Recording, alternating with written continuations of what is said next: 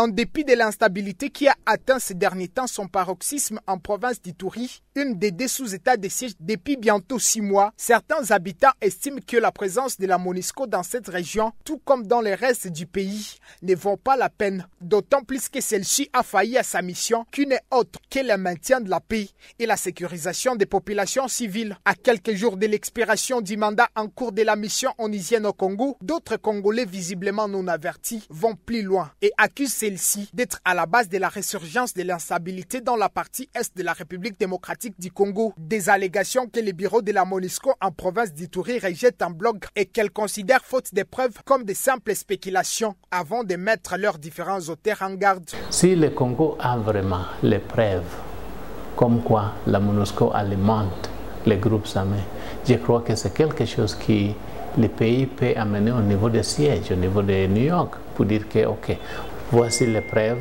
la MONUSCO ne joue pas un rôle positif. Comme ça, la MONUSCO doit partir. Mais en plus de ça, les gens qui sont impliqués dans telle action, ils doivent aussi être punis.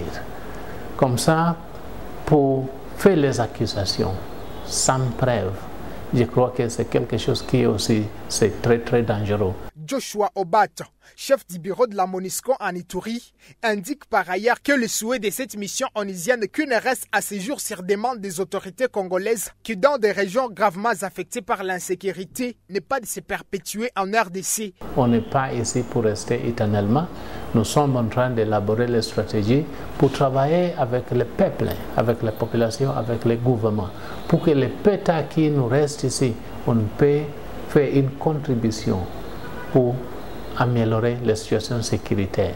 Les autorités militaires en Ituri reconnaissent quant à elles que la MONUSCO apporte un appui nécessaire à l'armée régulière dans la traque des différents mouvements rebelles et l'instauration de l'autorité de l'État sur l'ensemble de cette province. En termes militaires, quand nous parlons de mutualisation, c'est une mutualisation avec des partenaires, notamment la MONUSCO qui est là. Donc nous avons une mutualisation sur le plan opérationnel, sur le plan des renseignements et sur le plan de la logistique.